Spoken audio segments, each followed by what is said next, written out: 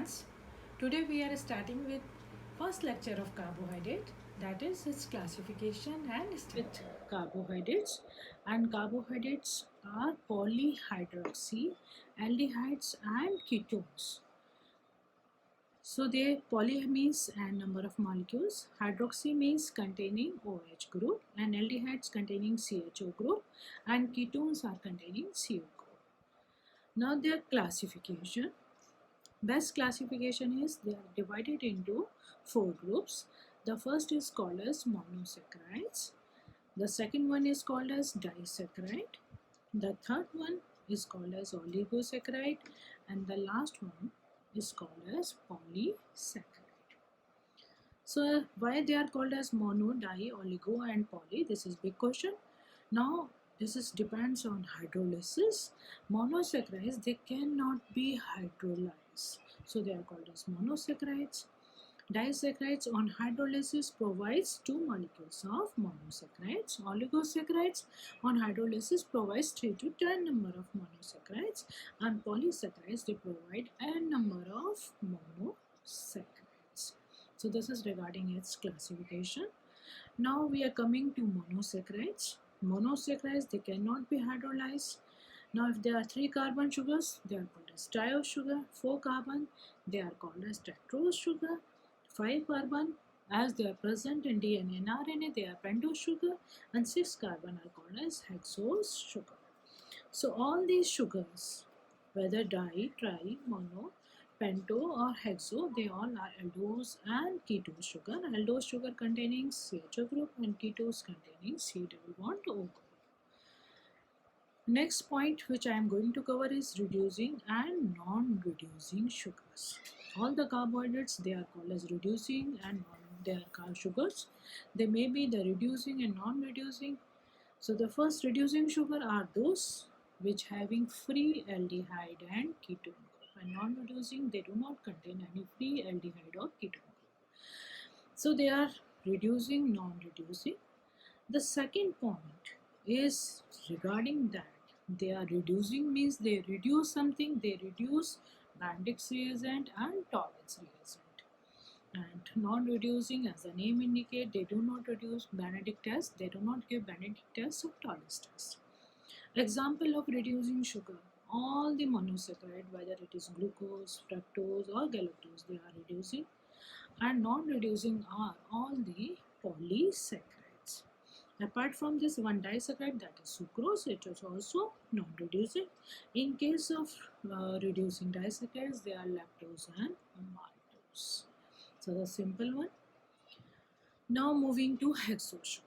Hexose sugar, as the name indicate, they are of 6 carbon sugar. 6 carbon sugar, I am drawing 6 carbon. Now I am drawing 3 carbon, 3 sugars which are having formula C6H12O6. They all three are isomers because they are having same formula. First two sugar I am drawing with CHO group, so they are aldose sugar. First two, the third carbon, all these sugar contain OH and H configuration at third carbon, so I am drawing it first. The rest contain HOH, HOH, and the last carbon contain primary alcohol group. This is glucose. In case of galactose, its third and fourth contain OH and H. In case of fructose, it is same structure as that of glucose, except that first and sixth carbon they contain CH2OH and second carbon contain C double bond O. So these are the structures of glucose, galactose and fructose. All these sugars, as you have seen, this first two are aldose sugar and the last one is ketose sugar. So it's easy to understand. Now moving to ring structures. Ring structure easy to draw, as we have already discussed. The third carbon contain OH and H. This is pyranose ring, 5 carbon ring for aldehyde sugars. And furanose ring is for fructose sugar.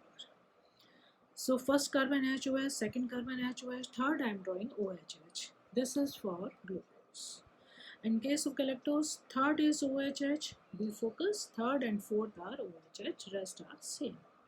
In case of fructose, the first carbon containing CH2OH and OH, and second is here, and third one is containing OH and H. So the same structure, these three structures are glucose, galactose and fructose. All these are structures are alpha form. Now moving to beta form, there is change in configuration around carbon number 1. So I change this configuration and now I am drawing the beta form of glucose. So see here, I change the position. In place of H I write OH, and in place of OH I am writing H. So this is the structure of alpha glucose. The next one is beta galactose. In case of this, again OHH, then HOH, and the third and fourth contain OH and H. And the last one is CH2OH and H. The next is fructose. The first is OH, and the next is CH2OH. So they all form of glucose, galactose, and fructose. They all are beta form. So, right. So basically, what they change in configuration around carbon number 1 is alpha and beta form, and they are also called as anomers. So this I finished the structure of ring structures of monosaccharide. Now moving to disaccharides. So as the name indicate, disaccharides means they provide two molecules of monosaccharide on hydrolysis. So C12H22O11 when react with water provides two molecules of C6H12O6. So these are main sugars which you have to understand. These are three: maltose, lactose and sucrose. All are having same formula C12H22O11. Now the maltose, lactose and sucrose, if I am talking about their difference, easy to learn after doing the difference. So I am taking the as a difference. So the first monomers, maltose having alpha glucose, lactose having beta glucose, and sucrose having alpha glucose and beta fructose. The second point of this difference is, I'm writing this is linkage, about the linkage. So the first maltose having 1,4-glycosidic linkage, then lactose is having linkage that is again 1,4-glycosidic linkage, and sucrose is having linkage which is 1,2-glycosidic linkage. So sucrose is having a different linkage, and that's why its nature is different from that of maltose and lactose. So next point I am writing the difference, that presence of maltose is in malt. The next, lactose is present in milk. Lactose is milk sugar, and sucrose is present in all cane sugars. Means whatever sweets you are eating, they all contain cane sugar. That is sucrose. Now the next regarding, as I have already talked, their nature is different. The first two sugars are reducing in nature, means they contain free aldehyde and ketone group, and the last one is non-reducing, which is not having any free aldehyde or ketone group. So moving to next point is polysaccharide. So polysaccharide, as the name indicate, you know that they contain n number of monosaccharides. So easy to write its formula.